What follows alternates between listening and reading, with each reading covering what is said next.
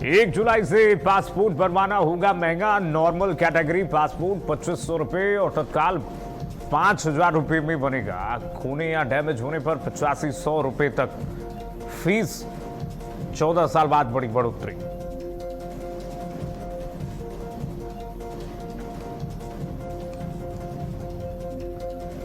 LPG उपभोक्ताओं को बड़ी राहत। औद्योगिक कमर्शियल उपभोक्ताओं को राहत दी गई है। एलपीजी पर लगे सभी प्रतिबंध हटाए गए हैं। पश्चिमी एशिया में हालात बेहतर होने पर सरकार का फैसला।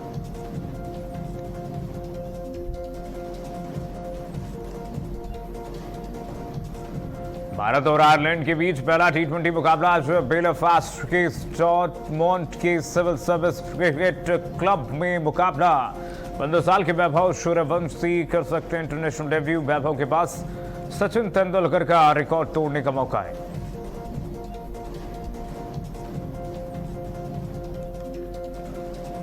और उत्तर प्रदेश में कई जिलों में आंधी बारिश की चेतावनी। पश्चिमी यूपी से लेकर पूर्वी यूपी तक होगी बारिश। आज से लेकर के 1 जुलाई तक बारिश का अलर्ट।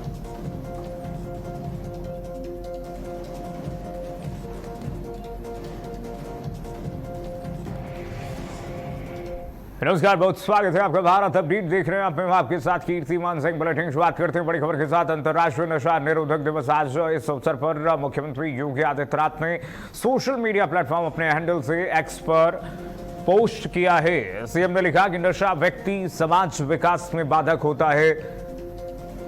नशा राष्ट्र के विकास में बाधक है। सोच, स्वास्थ्य, भविष्य कमजोर होता है। नशे के खिलाफ जागरूकता फैलाएं। सीएम योगी आदित्यनाथ ने लिखा है नशा राष्ट्र के विकास में बाधक है। नशे से सोच, स्वास्थ्य, भविष्य कमजोर होता है। मुख्यमंत्री योगी आदित्यनाथ ने नशे के खिलाफ जागरूकता फैलाने की अपील की है। लोगों से अपील की है मुख्यमंत्री योगी आदित्यनाथ ने। ये देखिए जरा मुख्यमंत्री का ये पोस्ट आपकी टीवी स्क्रीन पर दिखा दे। मुख्यमंत्री ने लिखा नशा व्यक्ति, समाज और राष्ट्र के विकास में बाधा है। यह व्यक्ति की सोच, स्वास्थ्य और भविष्य तीनों को कमजोर करता है। आइए आज अंतर्राष्ट्रीय नशा निरोधक दिवस के अवसर पर नशा मुक्त समाज की दिशा में हर व्यक्ति को जागरूक करके एक बेहतर कल की ओर बढ़ें। मुख्यमंत्री योगी आदित्यनाथ का यह पोस्ट यह संदेश देता है कि उत्तर प्रदेश सरकार नशा मुक्ति के लिए घर घर किस तरह से सोच रही है। कैसे नशा निरोधक दिवस के अवसर पर मुख्यमंत्री योगी आदित्यनाथ की संवेदनशीलता दिख रही है।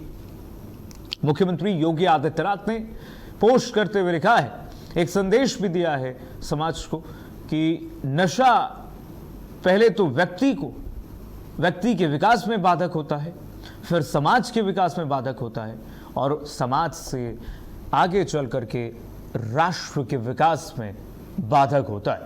मुख्यमंत्री ने लिखा यह व्यक्ति की सोच, स्वास्थ्य और भविष्य तीनों को कमजोर करता है। आइए आज अंतर्राष्ट्रीय नशा निरोधक दिवस के अवसर पर नशा मुक्त समाज बनाने का संकल्प लें। आइए बढ़ेंगे आगे। एक और बड़ी खबर अयोध्या से आ गई है। आज फिर से अयोध्या पहुंच सकती है एसआईटी टीम।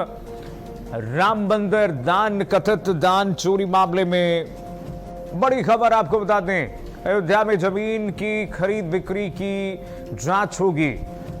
संजय सिंह जो आम आदमी पार्टी के राज्यसभा सांसद है, उन्होंने आरोप जो लगाया है कि दान की ही चोरी नहीं हुई है, जमीन बिक्री मामले में भी गबन किया गया है। जमीन खरीद से जुड़े दस्तावेजों की जांच एसआईटी करेगी। अयोध्या से बड़ी खबर इस बीच आप तक पहुंचा रहे हैं। फिर से अयोध्या पहुंच सकती है एसआईटी की टीम। एसआईटी की टीम आज फिर से जांच करने पहुंच सकती है। अयोध्या में जमीन की खरीद बिक्री से जुड़े दस्तावेजों की जांच करेगी अयोध्या पहुंच करके ये एसआईटी टीम। यूपी के अयोध्या में राम मंदिर कथित दान मामले में, कथित चोरी मामले में जो जानकारी मिल रही है कि अब ये मामला सिर्फ दान चोरी से जुड़ा नहीं रह गया है। यहाँ पर जमीन खरीद को लेकर के गबन किया गया है और ये एसआईटी की टीम आज अयोध्या पहुंच सकती है। कहा जा रहा है कि खरीद बिक्री की जांच होगी। क्या संजय सिंह जैसे नेताओं ने जो आरोप लगाए हैं उसमें कितनी सच्चाई है, और क्या तथ्य है उसमें, इसकी जांच भी होने वाली है। आज इसकी जांच होगी, खरीद बिक्री की जांच एसआईटी की टीम पहुंच करके कर सकती है। जमीन खरीद से जुड़े दस्तावेजों की अहम पहलुओं की जांच एसआईटी की टीम करेगी। एसआईटी की टीम पहले प्रथम रिपोर्ट, प्रिलिमिनरी रिपोर्ट जो है संजय प्रसाद को आप टीवी स्क्रीन पर देख ही रहे हैं। 3 सदस्यीय ये टीम पहले किस तरह से सौंप चुकी है। प्रयागराज के जो कमिश्नर हैं उनके नेतृत्व में, वो अध्यक्ष हैं एसआईटी के, उनके नेतृत्व में ये 3 सदस्यीय टीम जो है वो गठित की गई है। और ये अधिकारी आईपीएस अधिकारी हैं, आईएएस अधिकारी हैं, ये सब अधिकारी जो हैं वो जांच में जुटे हुए हैं। संजय प्रसाद जो है जिनको रिपोर्ट सौंपा गया है, संजय प्रसाद भी एक पदेन अधिकारी हैं। संजय प्रसाद भी तीर्थ क्षेत्र ट्रस्ट के पदेन अधिकारी है, उन्हीं को रिपोर्ट सौंपा गया। अब कल एफआईआर भी हमने देखा कि कल छोटे लोगों पर जो इस मामले में टुन्नू यादव समेत तमाम छोटे जो आरोपी हैं उन पर एफआईआर भी दर्ज हो गई है। और अब एसआईटी की टीम जांच करेगी किसकी, जमीन गबन की, जो खरीद बिक्री हुई है उसमें, जमीन की खरीद बिक्री में, जैसे संजय सिंह ने जो आरोप लगाए हैं उसकी जांच होगी। संजीव सिंह हमारे साथ जुड़ गए हैं, ब्यूरो चीफ लखनऊ हमारे साथ। संजीव बताइए जरा, ये एसआईटी पहुंचेगी, अब जांच होगी इस मामले में, क्या कुछ पहलू? अभी की जो जानकारी मिली जो है एक बार फिर जो है एसआईटी की टीम आज अयोध्या पहुंचे थे, पूरी इसकी संभावना जताई जा रही है। देर शाम तक जो है एसआईटी की टीम जो है अयोध्या पहुंचेगी, फिर से जो है पूरे मामले की जांच की जाएगी, क्योंकि अभी जो जांच हुई है वो प्रारंभिक जांच हुई है और उसकी रिपोर्ट जो है एसीएस होम संजय प्रसाद को सौंप दी गई है, यानी कि शासन को सौंप मंदिर ट्रस्ट की ओर से जो है एक मुकदमा तो नामजद और अज्ञात लोगों के खिलाफ जो है गड़बड़ी और चोरी के मामला दर्ज कराया गया है। और इस पूरे सिलसिले में 8 लोगों को जो राम मंदिर ट्रस्ट थाना है उन 8 लोगों को पूरी रात जो है उनसे पूछताछ की गई है। पूछताछ में ये माना जा रहा है कि कई अहम सुराग भी जो है थाने पुलिस को जो है मिली है और उसके आधार पर एसआईटी अपनी जांच को और अभी आगे बढ़ा सकती है। ये संभावना जताई जा रही है कि आज एसआईटी की टीम जो है अयोध्या पहुंचेगी और रात भर जो पूछताछ हुई है उसमें जो जानकारी मिली उसको अपनी जांच में शामिल भी किया जा सकता है। इसके अलावा आप पार्टी के जो सांसद है संजय प्रसाद, उन्होंने कल जो है एसआईटी के जो अध्यक्ष हैं यानी विजय विश्वास पंत जो आईएएस हैं, लखनऊ में मंडलायुक्त हैं, उनसे मिले थे और उन्होंने जो है कागज सौंपे हैं और जिसमें कि उन्होंने 11 सौदे की बात कही है कि 2 करोड़ की जो जमीन थी वो 12 करोड़ से ज्यादा के कीमत पे उसको खरीदी गई है, यानी कि खरीद में जो है कहीं ना कहीं गड़बड़ी की गई है। तो उन्होंने भी जो है ये पेपर जो है सब एसआईटी को सौंपा है। अब एसआईटी जो है उस पेपर के आधार पर जो है अपनी तफ्तीश को आगे बढ़ा रही है और ये कहा जा सकता है कि जिस तरह से एसआईटी अपनी तफ्तीश को आगे बढ़ा रही है उसके बाद कई अन्य भी खुलासे हो सकते हैं। बहुत बहुत शुक्रिया आपका तमाम जानकारी साझा करने के लिए संजीव। लेकिन ज़मीन खरीद मामले में अब जो अनियमितता हुई है उसकी जांच, क्या सच्चाई उसके पीछे अब एसआईटी टीम करने वाली है। कथित धन चोरी मामले में हमने देखा ही है, प्रथम रिपोर्ट जो है 15 दिनों के भीतर जो रिपोर्ट सौंपनी थी वो 7 दिनों के भीतर, 1 हफ्ते के भीतर ही सौंप दी गई और प्रिलिमिनरी रिपोर्ट है। आगे की जांच अभी चल ही रही है, ऐसा नहीं कि अभी ये प्रिलिमिनरी रिपोर्ट के बाद जांच नहीं होगी। अभी ये पूरा तहकीकात सघनता से ये 3 सदस्यीय टीम जो है, जो एसआईटी गठित की गई है, ये करेगी। लेकिन इस बीच जो एक अन्य पहलू सामने आ गया है, संजय सिंह जो आम आदमी पार्टी के राज्यसभा सांसद हैं, उन्होंने जो आरोप पूरा लगाया है कि ज़मीन की खरीद फरोख्त में गबन किया गया है। चंपत राय बंसल जो है महासचिव, उन्होंने खरीद फरोख्त में करोड़ों की जमीन जो है उन्होंने जो है खरीदी है और उसमें अनियमितताएं की है। 55 करोड़ की जमीन सिर्फ 9 करोड़ 7 करोड़ में खरीद ली गई है, ऐसा उनका आरोप है। और इस मामले में अब एसआईटी की टीम जो है, ये बड़ी डेवलपमेंट है, बड़ा घटनाक्रम आप कह सकते हैं। एसआईटी की टीम इन पहलुओं पर जांच करेगी, जमीन खरीद से जुड़े दस्तावेजों पर जांच करेगी, क्या उसमें सच्चाई है। अब ये टीम देखने वाली, ये टीम उन पहलुओं पर जाएगी, जांच करने वाली। उत्तर प्रदेश में मुहर्रम को लेकर पुलिस प्रशासन अलर्ट मोड पर है। पुलिस और प्रशासन के चप्पे चप्पे पर तैनाती खबर मिल रही है। चप्पे चप्पे पर पुलिस फोर्स तैनात है। सुरक्षा व्यवस्था को लेकर के पुलिस ने फ्लैग मार्च निकाला है। शांतिपूर्ण ढंग से जुलूस संपन्न कराने के निर्देश भी दिए गए हैं। तो बड़ी खबर आपको बता रहे हैं इस वक्त की। सुरक्षा व्यवस्था को लेकर के, मुहर्रम को लेकर के फ्लैग मार्च निकाला गया है। शांतिपूर्ण ढंग से जुलूस संपन्न कराया जाए, इसको लेकर के 24 घंटे 7 दिन लगातार पुलिस फ्लैग मार्च कर रही है। चौक चौराहों पर देखिए रात्रि गश्ती भी की जा रही है। मुहर्रम को लेकर के जिस तरह से मुख्यमंत्री योगी आदित्यनाथ ने निर्देश दिया है कि मुहर्रम के अवसर पर कोई भी हुड़दंगबाजी न हो, इसका विशेष ध्यान रखें। और मुहर्रम में जिस तरह से ये मातम का अवसर है, उसमें शोबाजी जो की जा रही है उस पर रोक लगी। ताजिया तय सीमा तय ऊंचाई से ज़्यादा नहीं होनी चाहिए, इस बात का बखूबी ध्यान रखा जाना चाहिए। ये मुख्यमंत्री योगी आदित्यनाथ ने सभी को निर्देश दिए, जिसका असर देख रहे हैं आप किस तरह से फ्लैग मार्च पुलिस व्यवस्था दिख रही है। प्रशासन के अधिकारी दिख रहे हैं, सड़कों पर उतर करके फ्लैग मार्च निकाला जा रहा है ताकि व्यापारियों में, वहाँ पे आम लोगों में कानून व्यवस्था का राज जो है, वो कानून व्यवस्था का माहौल जो स्थापित किया जा सके, सुदृढ़ किया जा सके कानून व्यवस्था को। और इसके लिए जिलाधिकारी समेत पुलिस कप्तान सड़कों पर उतरे हुए हैं। व्यवस्थाएं चाक चौबंद की गई हैं। तस्वीरें आपको दिखाते हैं, देखिए जरा। जिलाधिकारी से लेकर के कप्तान तक सड़कों पर उतर करके लगातार व्यवस्थाओं को सुनिश्चित करते हुए देख रहे हैं। तमाम व्यवस्थाओं को यहाँ पर सुनिश्चित किया जा रहा है कि कोई भी अराजकता न फैला पाए मुहर्रम के अवसर पर। खास करके जो संवेदनशील क्षेत्र हैं, जहाँ पर मस्जिदें हैं, जहाँ पर इबादत खाना है और जहाँ से ताजिया रूट निकलेगी, उस रूट से क्या व्यवस्थाएं हैं, उस रूट पर क्या व्यवस्थाएं सुनिश्चित की गई हैं, उस पर पुलिस प्रशासन की पूरी तरह से मुस्तैदी और पूरी तरह से नज़र है। आम लोगों में कानून व्यवस्था सुदृढ़ रहे, कानून की व्यवस्थाओं की वहाँ पर मौजूदगी रहे, और ऐसे में सभी ताजियों को लेकर के जो SOP जारी की गई है, तय ऊंचाई से ज़्यादा ताजिया की ऊंचाई नहीं होनी चाहिए, इसको पालन कैसे करवाया जाए, इसको लेकर के जिलाधिकारी और कप्तान, जिले के पुलिस कप्तानों ने बातचीत की है पीस कमेटी से। कई जगह पर उसकी पालना की जा रही है, कई जगह पर अवहेलना हुई है।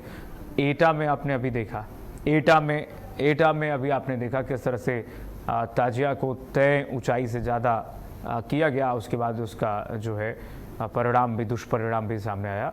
एक की मौत हुई है, 3 लोग हाल बताया जा रहा है। रमन हमारे साथ जुड़ रहे हैं इसी खबर पर।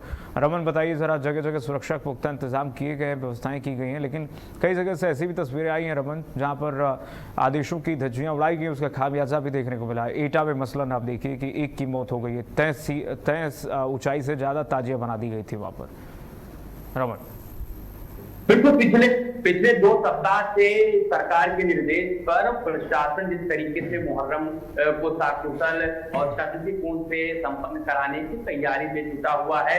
पहले पीस बैठकें की गई, उसके बाद में जो संवेदनशील क्षेत्र है उसमें फ्लैग मार्च भी निकाला गया। पुलिस ने पूरी तैयारी की। आपको बात करें राजधानी लखनऊ की, तो 5 जोन में बांटा गया है, 13 इलाकों में बांटा गया है। जहां संवेदनशील इलाके हैं वहां पर PSC भी तैनात की गई है, पुलिस भी लगाई गई है। यही हाल भी पूरे प्रदेश का है। जहां भी संवेदनशील क्षेत्र है तो वहां पर पूरी व्यवस्था जो है चाक चौबंद की गई है। आपको और साथ में डायवर्जन भी जगह जगह किए गए हैं ताकि किसी भी तरीके की कोई अशांति न फैले। और बात रही कि साइज की मुहर्रम के जिसको लेकर सवाल उठ रहे, तो प्रशासन साइज को लेकर इसलिए भी ज्यादा फिक्रमंद है क्योंकि जिस तरीके से बहुत ऊंचा हो जाता है जब जुलूस में जो ताजिया होती है, तो क्योंकि तार जब उसे और उठाते हैं तो कहीं ना कहीं कोई तार खराब होता है या तार नीचे लटका होता है या लोग नहीं ध्यान देते हैं और वो जब चपेट में आ जाता है तो उसका सीधा नुकसान ना सिर्फ उनकी आस्था को भी होता है बल्कि जान की हानि भी होती है, जैसे कि एटा में देखने को मिला। पहले कई बार ऐसा हो चुका है क्योंकि तंग गलियों के बीच में जब बहुत ऊंची ताजियां जाती हैं तो कहीं ना कहीं लापरवाही होती है। उस लापरवाही में किसी न किसी को अपनी जिंदगी की उसकी कुर्बान हो जाती है। आपको बता दें पूरी यहाँ से लखनऊ से मॉनिटरिंग हो रही है पूरे मुहर्रम के कार्यक्रम की और मुहर्रम शांतिपूर्व कराने की, ताकि ये अच्छे से संपन्न किया जा सके। जो ये गमी का जो ये त्योहार एक गम का त्योहार बताया जाता है, जिसमें गम मनाते हैं। आज जो 72 शहीद हुए थे करबला में, उनको लेकर आज चाहे शिया वर्ग हो, सुन्नी वर्ग हो, सब अपनी अपनी पीड़ा को व्यक्त करते हैं किस तरीके से वो वहां पे करबला के मैदान में पीड़ित थे। लेकिन जो इसमें जुलूस निकलता है, जुलूस को लेकर कई बार दो समुदायों में कभी कभी खींचतान हो जाती है, या फिर कुछ ऐसा हो जाता है, या फिर आपको बता दें कि जैसे ऊंचाई का मामला सबसे ज्यादा इस बीच चर्चा में है। ये सारी कमियां जिसको लेकर प्रशासन अलर्ट है, और प्रशासन ने पहले ही चेतावनी जारी कर दी थी कि इतने से ऊपर ऊंचाई नहीं होनी चाहिए। निश्चित रूप से रमन, मुहर्रम तो एक समय है मातम का। मुख्यमंत्री ने एक संदेश भी दिया था। मुख्यमंत्री ने तो कहा था कि देखिए मुहर्रम में अराजकता की जगह ही होनी नहीं चाहिए। मुहर्रम में उत्सव का जगह कहाँ? जिस तरह से अराजकता फैलाई जाती है, गतिविधि रोक दी जाती है, यातायात व्यवस्था रोक दी जाती है, वो होनी नहीं चाहिए। इस तरीके से आपको बता दें कि ये मातम मनाया जाता है। मातम मनाने में कोई ऐसा उत्सव तो है नहीं कि इसमें बहुत सारे लोग आए और ये करें। ये मुख्यमंत्री का कहना था कि मातम मनाने के लिए आप इकट्ठे होकर मातम मनाने का जो तरीका होता है वो अलग होता है, और ज्यादा जो चीजें जो सबसे ज्यादा डर रहता है वो किसी उत्सव में रहता है। लेकिन मातम को भी कुछ लोग जिस तरीके से मनाते हैं उसमें कहीं ना कहीं जो शांति बिगड़ने की जो चांसेस जो हैं वो ज्यादा रहते हैं, और इसी को लेकर हर बार जो पुलिस और प्रशासन है वो हमेशा सतर्क रहता है और धर्म गुरुओं को बुलाकर भी बैठक करता है, ताकि वो अपने लोगों को समझाएं कि किस तरीके से उन्हें इस तरीके से जुलूस निकालना है ताकि और लोगों को कोई दिक्कत ना हो। हाँ, उसी को कहते हैं पीस कमेटी। लेकिन पीस कमेटी कहाँ पीस मानने वाली? इस तरीके से एटा से मामला सामने आया है, ऐसे मामले और भी आ रहे हैं जहाँ पर नियमों की धज्जियाँ उड़ाई गई हैं और उसका खामियाजा भुगतना पड़ रहा है। बहुत शुक्रिया आपका तमाम जानकारी साझा करने के लिए रमन, तमाम अपडेट्स के लिए। लेकिन फिलहाल जो है नियमों का पालन करना ही होगा, ये संदेश दे रही है उत्तर प्रदेश की पुलिस। आप देखिए किस तरह से फ्लैग मार्च निकाला जा रहा है। पुलिस कह रही है उत्तर प्रदेश में मुहर्रम पर अफवाह फैलाओगे, मुहर्रम पर अराजकता करोगे तो फिर खातिरदारी भी उसी तरीके से होगी, क्योंकि मुख्यमंत्री योगी आदित्यनाथ के तरफ से स्पष्ट निर्देश, कोई भी अराजकता बरतेगा वो सीधे सलाखों के पीछे होगा, सीधे। और ये संदेश उत्तर प्रदेश पुलिस बखूबी दे रही है। सड़कों पर जो तस्वीरें आई हैं, उतर करके किस तरह से आला अधिकारी उतर रहे हैं, कैसे फ्लैग मार्च किया जा रहा है, ये देखिए, देख रहे हैं आप। जिले के कप्तान हों, सीईओ हों, कोतवाल हों, सब डीसीपी हों, डीजीपी हों, सब उतर रहे हैं सड़कों पर, क्योंकि मुख्यमंत्री के स्पष्ट निर्देश हैं। और उस निर्देश का अक्षरशः पालन कराना जिले के कप्तान की जिम्मेदारी है। पीस कमेटियों से बैठक करके पीस को लेकर के बातचीत की जाए और कैसे नियमों का पालन करना चाहिए उसको लेकर संदेश देना चाहिए। ये उत्तर प्रदेश पुलिस उस संदेश को दे रही है।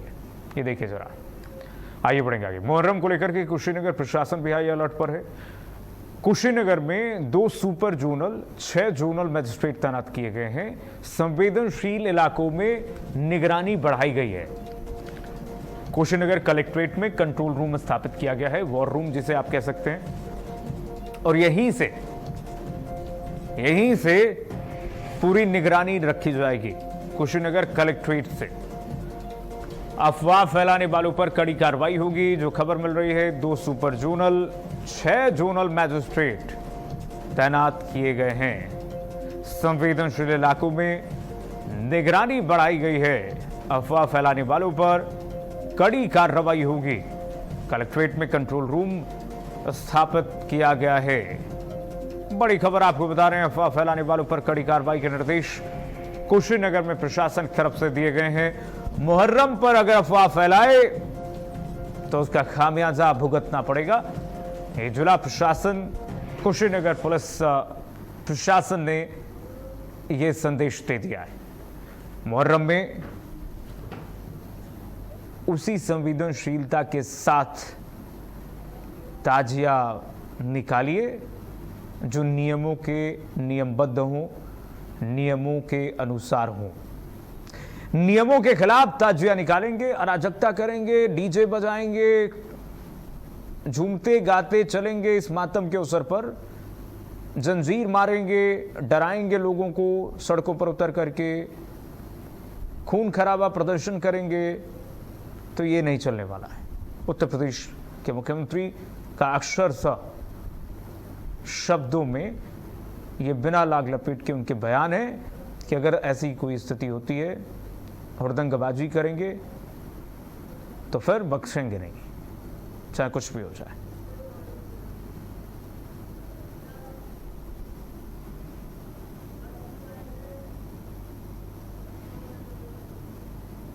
नगर में 850 से ऊपर जुलूस हैं और 2800 से ऊपर ताजियां हैं। तो इस संबंध में पीस कमेटीज की बैठक थाना स्तर पे लेके और पुलिस अधीक्षक और मेरे द्वारा जो है सेंट्रल पीस कमेटी की बैठक भी पूरी तरह से कर ली गई है। जो सामाजिक संभ्रांत व्यक्ति हैं उनके साथ में समन्वय स्थापित किया गया है। शासन और प्रशासन के जो दिशा निर्देश हैं, डीजे से संबंधित या फिर शस्त्र अस्त्र से संबंधित या फिर भीड़ से संबंधित या इस प्रकार की जो भी चीज़ें सामने आती हैं या पुराने अनुभव रहे हैं, उन सबको सम्मिलित करते हुए हम लोगों ने उनसे एक समन्वय स्थापित किया है।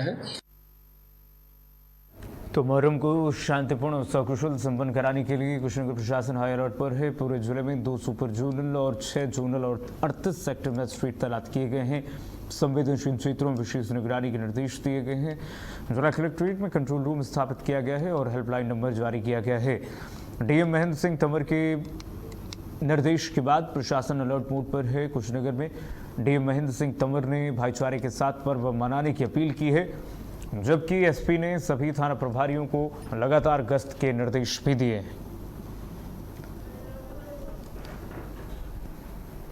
तो यूपी के कुशीनगर में जिला प्रशासन अलर्ट मोड पर है। जगह जगह सुरक्षा पुख्ता इंतजाम किए गए हैं। पुलिस प्रशासन अलर्ट मोड पर है और व्यवस्थाओं को चुस्त दुरुस्त किया गया है। आगे बढ़ेंगे। यूपी के मेरठ से खबर आ रही है, जहां पर बुजुर्ग की गोली मारकर हत्या कर दी गई है। दुखद खबर, बाइक सवार बदमाशों ने वारदात को अंजाम दिया है। यूपी के मेरठ में ये जघन्य अपराध की खबर मिल रही है। एक बुजुर्ग की गोली मारकर हत्या कर दी गई। बाइक सवार बदमाशों ने वारदात को अंजाम दिया है। कन्नावल कस्बे में हत्या से हड़कंप मचा हुआ है। 82 वर्षीय बुजुर्ग की मौके पर मौत की खबर मिल रही है। सीसीटीवी फुटेज खंगाल रही है पुलिस। आरोपियों की तलाश में पुलिस जुटी हुई है। यूपी के मेरठ में बुजुर्ग की गोली मारकर हत्या कर दी गई है। इस दौरान आपको बता दें, पुलिस जुटी हुई मामले में बाइक सवार बदमाशों ने वारदात को अंजाम दिया। अभय शर्मा हमारे साथ सीधे मेरठ से जुड़ गए हमारे सहयोगी। अभय, बताइए जरा क्या जानकारी प्रथम दृष्टया मिल रही है अभी? है कि बुजुर्ग की किस वजह से हत्या की गई है, अभी इसके सवालों को पुलिस तलाश रही है। मेरठ के सरपुर थाना क्षेत्र करनावल गांव है ये। यहाँ पर देर शाम जिस तरह से गांव में एक चौपाल लगती है, जो बुजुर्ग लोग हैं बैठते हैं, इसी तरह से ये लोग बैठे हुए थे। तभी बाइक सवार 2 लोग आते हैं, हेलमेट लगा रखा था, पहचान गाँव वालों से भी नहीं हुई है और ताबड़तोड़ गोलियां चला देते हैं। ऐसे में 82 साल के ये बुजुर्ग विजयपाल है, इनकी मौके पर ही मौत हो जाती है। अभी फिलहाल पुलिस हत्या के कारणों का पता लगा रही है कि क्या पारिवारिक कोई वजह है या कोई दुश्मनी है, क्योंकि इस उम्र में जाके कोई दुश्मनी या वैसे कोई घटना तो निकल के नहीं आएगी। जहाँ तक लग रहा है कि जमीनी विवाद या कोई घर का ही विवाद इसमें निकल के सामने आ सकता है, पर अभी साफ तौर पर नहीं कहा जा सकता कि कारण क्या थे, पर अभी पुलिस इसमें जांच कर रही है। जी बहुत शुक्रिया अब तमाम जानकारी साझा करने के लिए।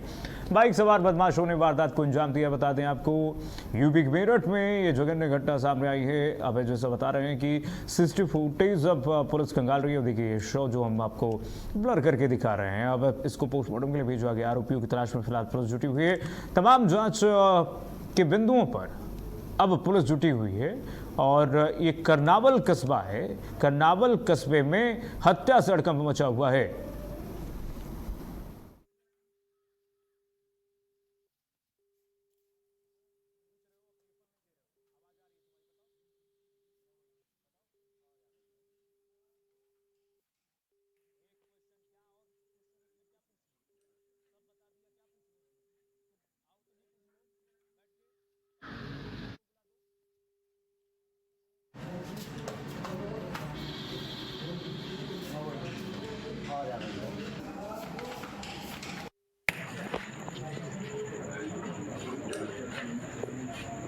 ये बाइक सवार बदमाशों ने वारदात को अंजाम दिया है। करनावल कस्बे में हत्या से हड़कंप मचा हुआ है। 82 साल के बुजुर्ग की जघन्य उनकी हत्या कर दी गई है।